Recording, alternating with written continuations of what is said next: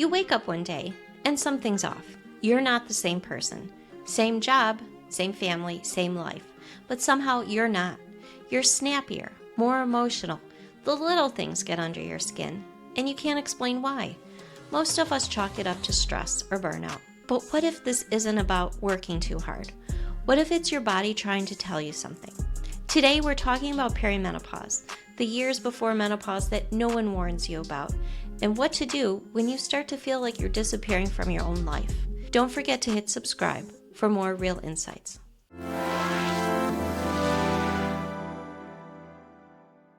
Shonda Moralis is a licensed psychotherapist, mindfulness teacher, and author of Don't Forget to Breathe, 5-Minute Mindfulness for Busy Women. She's helped thousands of women learn how to slow down, breathe, and find calm in the middle of everyday chaos. Shonda's work has been featured in Forbes, Psychology Today, and Working Mother, and she leads a program called Reclaim Midlife, created to help women in perimenopause feel like themselves again. I invited her because she understands what it means to feel off, when everything looks fine, and she knows how small, steady moments can help you reconnect with who you are. Shonda, I just want to thank you so much for being here today. Oh, thanks, Holly. Thanks for having me. So many women in their 40s start to feel a little off. They're tired, they're anxious, they feel overwhelmed, and they really can't explain why. And you've spent a lot of time helping women sort through that chaos. Why do you think so many of us don't recognize that we're losing ourselves until we're already lost? Yeah, I think it can happen very incrementally, very progressively. We have so much on our plates during this phase of life. So whether we're raising kids, we have maybe caring for older parents. We are usually at the height of our careers. So a lot of responsibilities that we're juggling. Often we don't tend to put ourselves first or notice anything's going on or anything is amiss until it's dramatic and we really can't ignore it anymore. So that's what I see a lot. And because it's so progressive, we may not even recognize how far things have come, how off we really do feel until we kind of really hit a wall. And also, I think sometimes we're conditioned as women, we're so used to getting it done, figuring it out, just muscling through. And so when we're finding like it's really difficult to do that, or we're not as able to do that as we had been before, we focus back on ourselves and think, maybe I'm doing something wrong. Maybe I'm not trying hard enough. I'm not doing X, Y, and Z enough. So that's a really hard place to be. I think you've written a lot about operating on autopilot, and I got that. We're rushing, we're multitasking, we're doing all of the things. But what happens to us mentally and physically when we stay in that space too long? Right. Well, we're missing out on our lives. Autopilot is the opposite of being mindful, which is really just being aware of what's happening in the present moment with an attitude of kindness and curiosity. So if we are on autopilot in our minds, we're not really aware of what's going on around us. We're either in the future, we're worrying, we're what ifing, we're running to that to-do list, or we're in the past, rehashing a conversation or something from a while back. So autopilot is when we kind of just shut off our mind and we're not really aware of what's going on.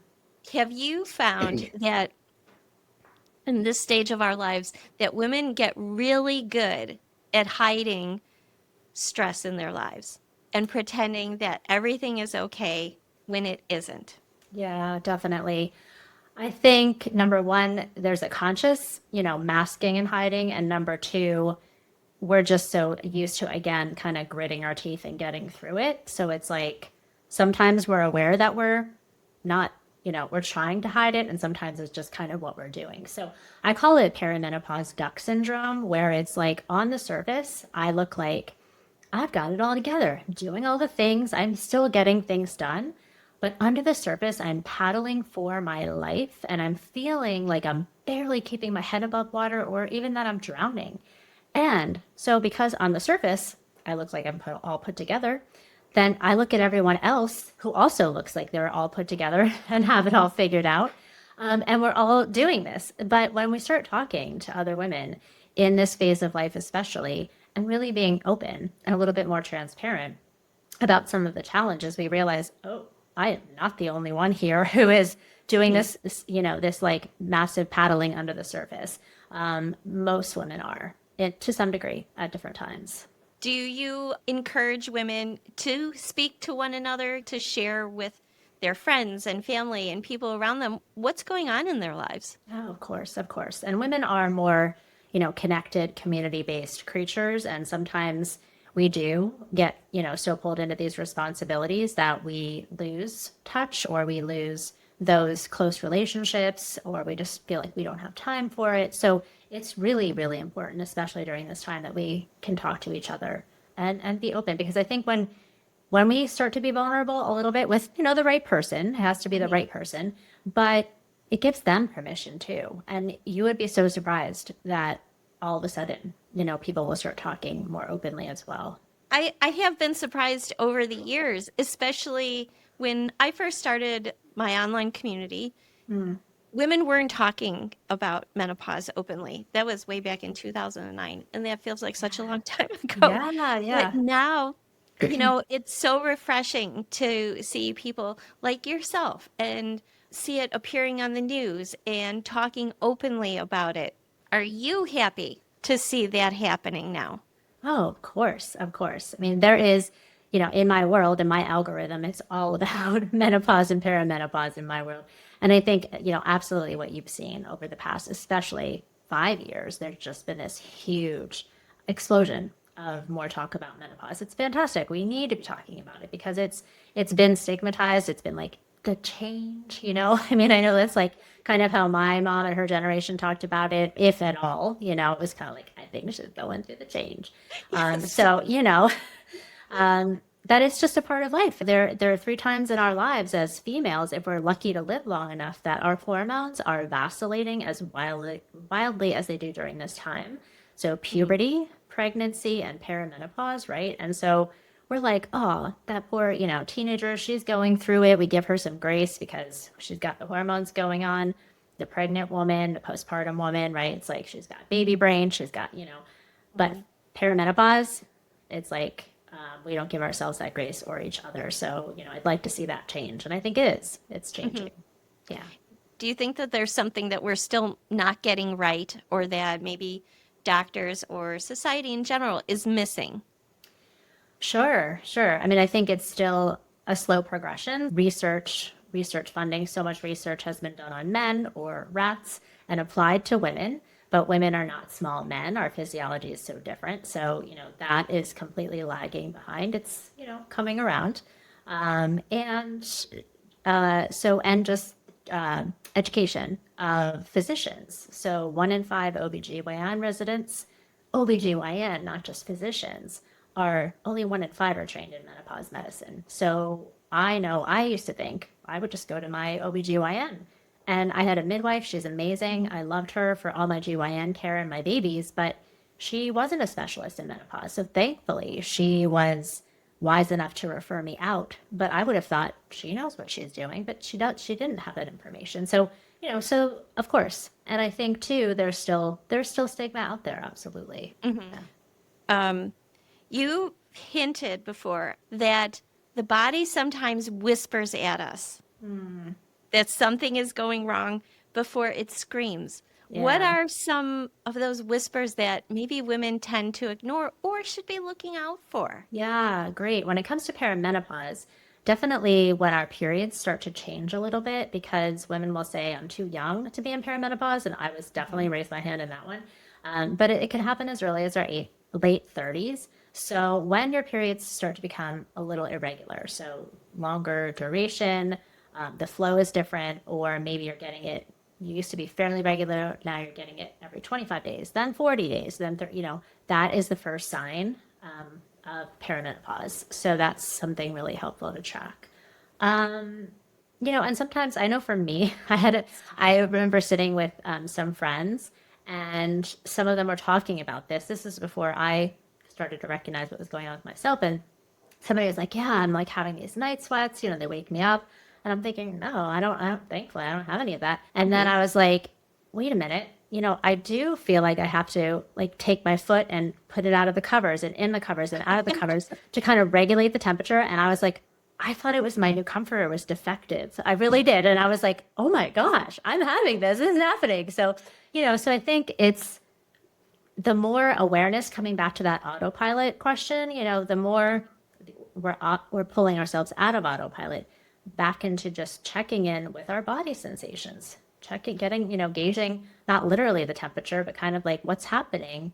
The more we can recognize when things are changing and shifting. And so we can be curious about that, to be like, huh, this is different. This is not my norm. What do I need to pay attention to? Yeah. I like that, to be curious about it. But you're right. When things first start changing, and I was kind of young too. I was in my early 40s, and it seemed like my peer group at the time was a little bit older, and they were like, "Oh, you're too young. Don't that's Uh, not what's happening." But you're like, "Yeah, but something's not yeah, right here." yeah. Something is different. Right. So we do sometimes doubt ourselves. And I would absolutely, to your point, say, trust yourself. You know your Mhm. body. You know when something's different. And also don't let anyone, even well meaning, very well meaning people will just be like, dismiss or minimize or, Yeah, yes, exactly. You probably help a lot of women talk about perimenopause, but sometimes I think when it starts, you're not thinking that that's what it is. You're looking at the world around you like, oh, is it just stress, or am I just going through something else? How do you help women see that maybe this can be hormonal and it can be related to perimenopause? Yeah, well, at first is just getting that information, being educated to know what possible symptoms are, what to look for. So, we know that the common ones are hot flashes, night sweats, but it can be that all of a sudden you feel like your PMS, if you've had some PMS symptoms, Hmm. are like I said, it was like being like my PMS on steroids. It was like the symptoms were just like, oh my gosh, here we go, I'm rolling in here, and then it would go away. All kinds of symptoms, the more we are aware of what they can be, what that might look like, the more we can say, huh. And this is also putting it together that I am in my late 30s, early 40s, mid 40s. My periods are starting to shift a little bit and can kind of put those pieces together. I want women to be educated so they're kind of prepared and ready if it shows up. There are 20% of women who don't really experience any symptoms at all. Yay for them. Right. So, that's possible. But the majority of us do. And so, and not everyone who experiences symptoms needs treatment because they might be really mild symptoms. But if it's impacting your functioning at all, difficulty concentrating, mood, enjoyment for life, that's another one. I'm kind of all over the place, but a common symptom is anhedonia. So, which is not really enjoying what we typically would enjoy, which is a part of depression. So when we think of depression, we tend to think of sad, maybe Hmm. can't get out of bed. But anhedonia is how a lot of perimenopause depression will show up for women. Women will say, like, I kind of feel like a shell of myself. I'm going through the motions. I'm not like crying all the time, but I'm just like meh, meh. I just kind of don't care. I don't have much motivation. I don't have much ambition. I'm not really laughing and enjoying things. Like that is really important, and that's sad, right? So it's like I don't want women to be struggling with this for a couple of years. There are so many easy treatments out there that women can address all these symptoms with. So that's it. Primarily to start education, what to expect, what we're looking at, what's possible, and then what our treatment options are. Yeah, that's so interesting. What is that term that you used just now? And Anhedonia. I think so many women expect the physical symptoms. They're expecting the hot flashes or the weight gain or not being able to sleep, but it's the emotional side of this stage of life that is sometimes so profoundly disturbing to women because Yeah. it's hard to, if you've never felt that way before, it's really hard to process. Yeah, it's scary. It can really be scary. It can be isolating. It can be scary. We don't know what's wrong. And again, often we'll think it's just us, that, I don't know what's wrong with me, but I'm just going to keep going through the motions and get the things done I have to get done. But again, there are ways we can treat this. So that's really important. Wanted to say something else about emotions. So just anxiety, heart palpitations, new onset phobias. So Women will say, "I've never been scared to fly before, and now I'm really terrified to get on a plane," or "I'm scared to get on the highway." And so what happens is when estrogen goes down during perimenopause, cortisol, the stress hormone, goes up, and so our ability to cope with the stressors is lessened. So we will used to be able to kind of boom, hit all the, put out all these fires. Now it Yes. feels like we're on fire because, it's too much. We feel more easily overwhelmed. And so a common symptom is not feeling like myself, which is like, what? If you don't know what that feels like, it's kind of murky. What does that mean? But you just don't feel like yourself. And you need to trust that. That's a symptom, a possible symptom. That's surprises me about the phobia thing. But now when I think back on it, I know several people whose, I wouldn't say that their personality has changed, but they did become afraid of like taking expressways or doing things Right. that they now perceived as almost a little dangerous or Yeah. scary. Yeah. So, back to that window. Well, I didn't mention the window of vulnerability, but the three times in our lives when our hormones are, shifting Yeah. like this, we call them windows of vulnerability because in our brain, some of us, so about 15% of the population of women are more susceptible to these fluctuations of hormones. So if you've had a prior anxiety or depression during puberty or pregnancy postpartum, Hmm. then you're more likely to have it during perimenopause as well. So again, it's not to scare anyone, it's just to say keep our eyes open, Yeah. and if you've had proper treatment any of those times, the same sort of treatment can be helpful during perimenopause. Yeah, that makes sense because it is a big shift in hormones. Yep. When you hear women say, I just don't feel like myself anymore, or they really don't recognize themselves in a mirror, and there are so many different changes that happen during this stage of our lives. Why does it feel like at this point in time, our identities feel so fragile? Yeah, well, I think for all of these reasons, when you're walking around and you're sleep deprived and you're tired and you're not feeling like yourself, and one day you feel like yourself and the next you don't, and it's hard to come up with words, and so much of our energy and attention and focus is going to functioning when Mhm. before it was kind of like we just function and we can put our energy and effort and attention on all of these other things. So we're distracted, to some degree. We're kind of inwardly focused to just manage.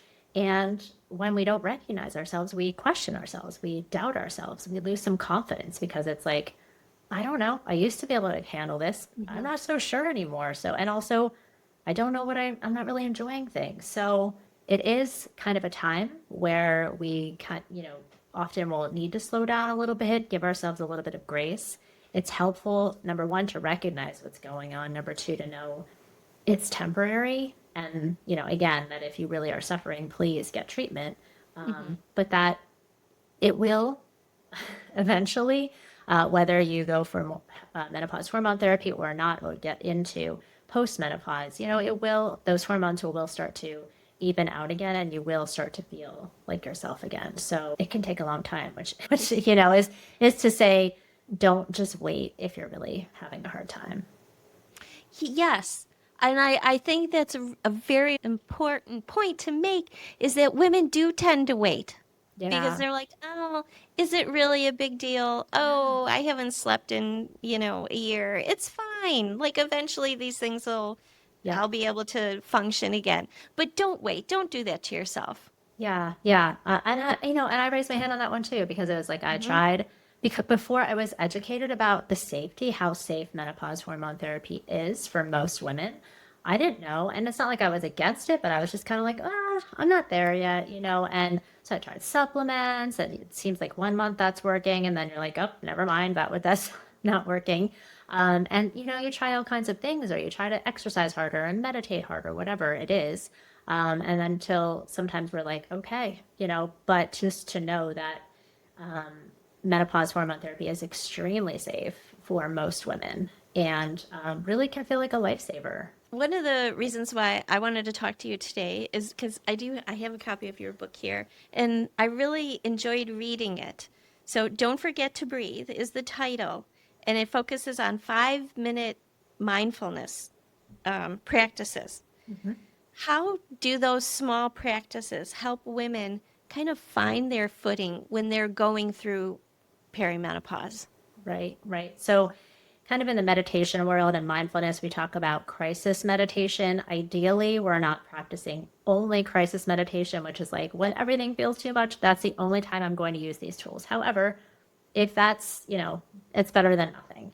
But basically, ideally, on a daily basis, we are practicing 1 minute, 5 minutes of a little bit of pulling ourselves out of autopilot and practicing being in the moment. Because then we're going to, number one, have a little bit more of a practice that our foundation is a little bit better, or we're a little bit more mindful just foundationally. And then also, it's a tool that's top of mind, that we're a little more skilled at, that we can pull out and use anytime in our day to be like, whoa, I can feel my shoulders are up here and I'm like so tense and I'm really stressed out. Drop my shoulders, take a few breaths. Because what happens is when we're on autopilot and we're in this like tight, just tense, state all the time, we literally forget to breathe. We breathe shallowly in our chest. Yep. And when we actually go, I mean, first of all, we're like, I can't even get a breath. But when you actually do take a few deep breaths, you're like, whew. And what we know, just very basically, physiologically, it pulls us out of fight or flight. And that front part of our brain that really doesn't work well at all when we're stressed and tense and in fight or flight now can work better. So now I can think a little bit more clearly. I can come up with like pull back and be like, okay, what Hmm. do I need to do here in this situation rather than just getting lost and overwhelmed. It gives us a little bit of clarity, a little bit of calm. It sets us up, and it also gives us more awareness. If we're doing this on a regular basis, like I had said before, and checking Hmm. in with ourselves, we're kind of like, oh, wow, I didn't notice that. I write about in the book how something as simple as it took me about 10 years to realize that every time I had a really stressful, like therapy session or some kind of meeting, I would tense up my left calf because some days I would just be like, why is my left calf so sore? And then it took that long to kind of piece together that we all have these sort of patterns in our body where we hold stress and tension. And it's just our body's so full of information. So if we just pay attention, we notice things more quickly than we would otherwise. I'm guilty of those same types of things where I forget to breathe or everything is Right. all scrunched up. It's a horrible feeling, Yeah. but it does take you a while to recognize that you're doing these things. Yeah. Oh, yeah. Yeah, yeah, yeah.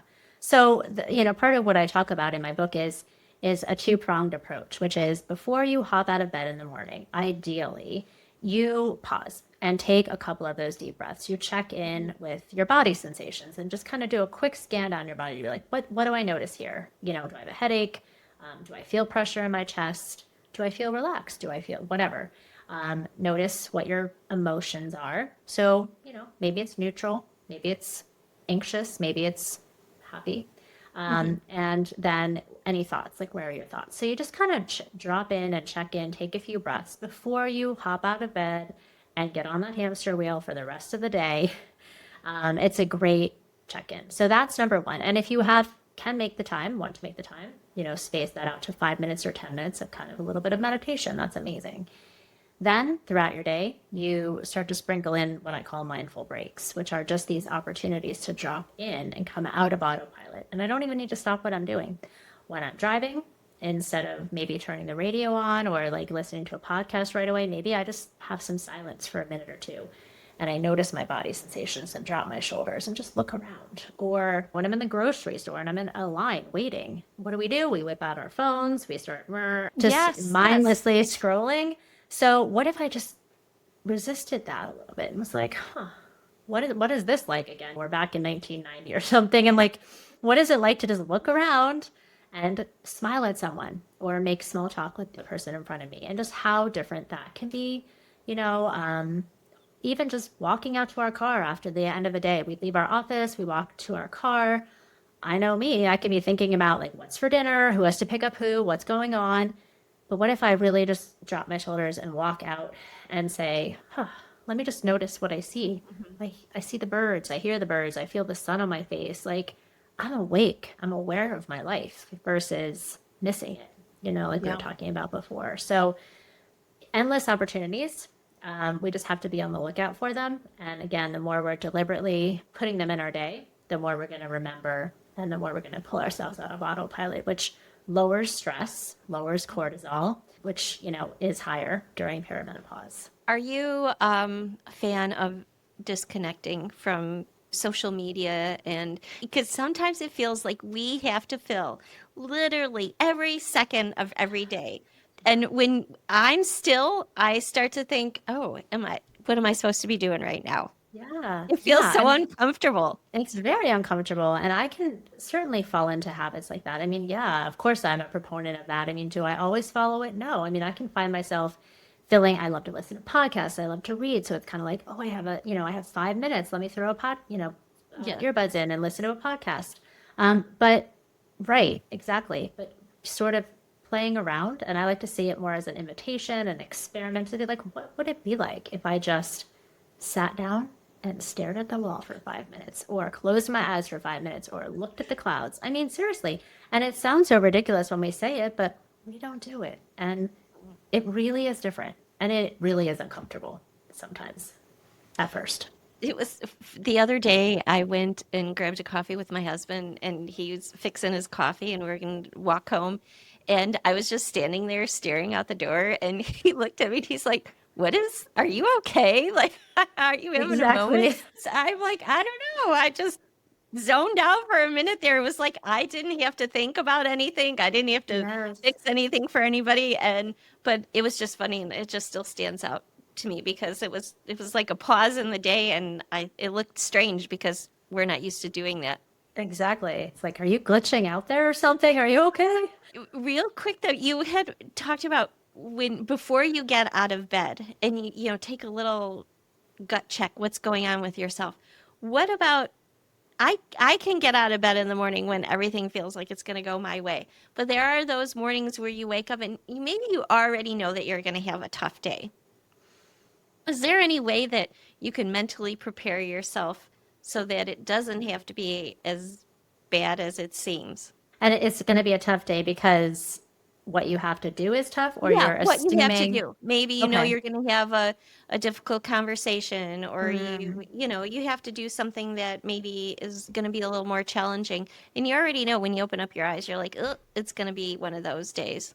okay. Yeah. Yeah. Well, number one, I guess I would say to myself, I don't know it's going to be one of those days. Like there are some things that are on my mind that are feeling challenging or unpleasant, or I'm feeling that, but our days can shift. It's so fluid, right? So it's like to not make it be like it's one of those days, because that can change on a dime, where it was like I'm having things aren't going very well, but then all of a sudden they are. So I think just to not mentally forecast Hmm. too far ahead, number one, just or recognize that we do and we all do it. So with mindfulness or a mindful break, I talk about how to work with unpleasant emotions or body sensations, and we work with it all the same way, which is when I first need to notice it, we say name it to tame it. So it's kind of like, oh, look what's here. I'm worried about X, Y, and Z today. I'm dreading X, Y, and Z today.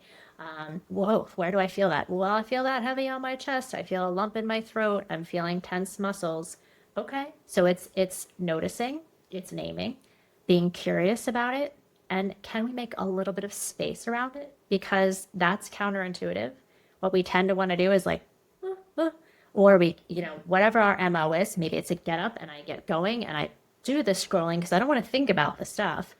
But can I sit with it for a minute? Not like to torture myself, but to allow some space around it to be like, okay, I see what's here. And I'm a big one to say hands to your chest, Hmm. because this releases a little oxytocin, a little bit of that calming, connecting hormone.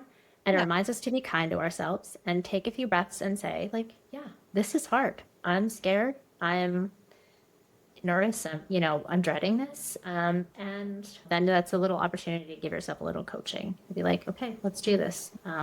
You got this. Because Hmm. we start to recognize we can feel these really unpleasant emotions and sensations and worries and do the thing anyway. And it's a different attitude with it, right? It's a softer, sort of kinder. We can be kind and firm. I kind of say like, you're still doing the thing, Right. but I know this is hard. It's hard. And just put a little space between you and the day before you jump right into it. Yeah. Yep. There was a little something in the book. Is it okay if I Yeah, read it? sure. Of Okay. course. You told a story about going to a doctor, and you said he was like a kindly, it was the first time you had been to see him. A fatherly physician is how you, Yeah. and Yeah. you said that it was one of the times that you really felt heard, valued, and seen. Hmm.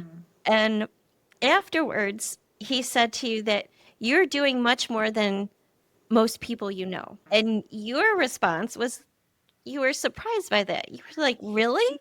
Ah, You said, though I do have a lot on my plate, I also consider myself to be just one among many countless women with full lives, juggling many responsibilities and for the most part content and willing. Could you just give a little bit more to that moment and maybe where you went from there? yeah. So that was a moment where, in retrospect, after I started learning about perimenopause, I was like, oh, okay. Because I went to see a rheumatologist and got a full blood panel because I was so exhausted. My immune system wasn't functioning. I was getting sick all the time. And my doctor was like, go get a full workup. And so he sat down with me and he really listened. Like, oh, like my dad was not well. I was helping my mom care for my dad. I've got little ones at home, all this stuff. Mhm. And he was like, you really have a lot on your plate. And I was like, oh, because again, perimenopause duck syndrome. I'm like, I do, she does, he does, we all do. I'm Mhm. doing it, we're doing it. So I mean, I think number one, it stopped me because I didn't really recognize that. Mhm. I mean, it's just what you do. I'm not sure what else to say about that other than, um, I mean, a couple of things. So in with perimenopause education, what I'm seeing is like, so he meant well. He was wanted to hear what I had to say, but he sent me off on my way with great blood work, and I was like, okay, I guess that's good news. And also, I don't feel better. And it was like Right. all of these different specialists I had gone to see, because I'm dealing with all of these random, seemingly random symptoms that all were hormonally related. That I didn't put that all together, nor did they. Um, so yeah, I mean, I think it's also to say acknowledging that we tend Mhm. to do a lot. Most of us do have a lot on our plate. So, to give ourselves a little bit of grace and say, it's okay to rest. Maybe I really need to rest, but maybe that's not the only answer. There may be Right. other things at play. Yeah. Did that day change how you approached how you were feeling and taking care of yourself? Probably not. I mean, it was a pause in recognizing it and reminding Mhm. myself. But I think having written the book and putting a lot of these mindfulness practices into place, I'm aware of them. I've tried to live the tools that I teach. I definitely fall off the wagon and continue to do that. I'm human, so it's like I'll be like, whoop, got to get back on here. Recalibrate the balance. So maybe a little bit, but I kind of was like, okay, maybe I need to deliberately figure out ways to rest a little bit more. But I also felt like I want to be doing a lot of these things. I don't know. Right. Yeah. Like you were still able to do that, to show up for your family and to show up for your parents. Do you have a favorite mindfulness practice that you tend to go to when you want to feel a little bit more grounded? That's a good question. Oh, gosh. Because there are so many different mindful breaks in the Mhm. book, and there are three types. There's the breathe breaks, which are more about being calm and aware.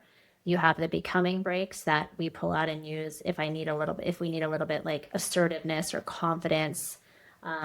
And then there are balance breaks. So that if we need to get back in balance. So honestly, I pull out and use one, and that's what how I frame the book is like checking in with ourselves, seeing what kind of break could be useful today. What am I craving? What am I needing? Do I need a little more balance? Do I need a little more, like, am I taking on this new project and I'm like, oh, I feel like that imposter syndrome and I feel like I don't know what I'm doing? I pull out a becoming break. Or am I like, whoa, I'm feeling wired and tired and just I need a breathe break. So in particular, I do meditate with my coffee every morning.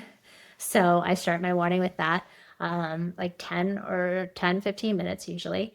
So I love a coffee mindful break because most women will have like coffee or tea or something in the morning, and that's a great opportunity to just kind of be with yourself and check in with your senses.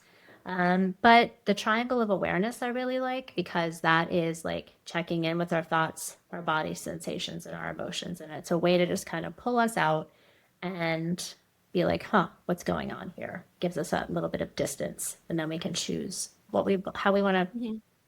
Oh, and what spend the was next week. the triangle? What was Triangle the, of awareness, our thoughts, our body sensations, and our emotions. well, my triangle looks a little squidgy right now. So, How so? What do you mean? well, it seems like the triangle should look like a triangle, but sometimes I think depending on what life is throwing at you, like one side of the triangle might be longer than the other. I don't know if that makes any sense. Well, I think it's meant, I'm not sure if we're on the same page. It's more, it's just to drop in and be like, where are my thoughts right now?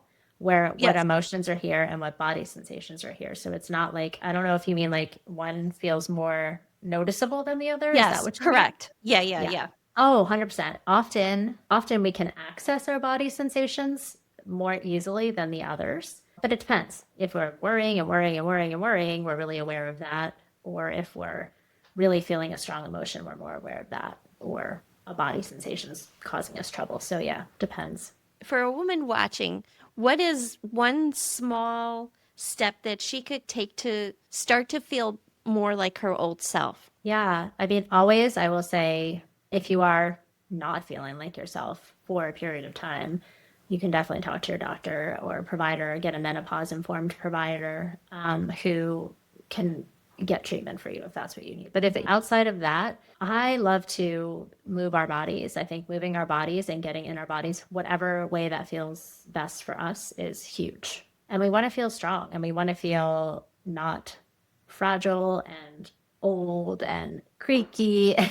And so we've got to move our bodies. I mean, and it does make us feel more confident and powerful and all of the things that we want going into this next phase of life. So I'm a huge proponent of moving our bodies. Before we go, like where can we find you? Do you have another book or what's going on in Shonda's life? Yes, no next book yet or right now. There are a lot of menopause books out there, so I think we can find a lot of great information. So I love to go into workplaces and educate and do a menopause at work program where I'm educating women and men because men are partners and colleagues and this impacts them as well. Mhm. So organizations doing all kinds of education and talks around menopause. And I have a 7-week online group program that's virtual called Reclaim Midlife. That does a deep dive. It's a small group program, does a deep dive. We meet every week talking about education, Mhm. all the pieces of menopause, and then all kind of the lifestyle shifts and changes we can make while we're kind of going through it together in this small group. So I have that going on as well. And I do consulting and one on one work as well. And what's the best place to find you or get in touch with you? Yeah, my website is shondamoralis.net. And if you go to my website and sign up for my email newsletter, I have a menopause resource guide with podcasts and websites and all kinds of recommendations, as well as where you can find menopause informed provider in your area.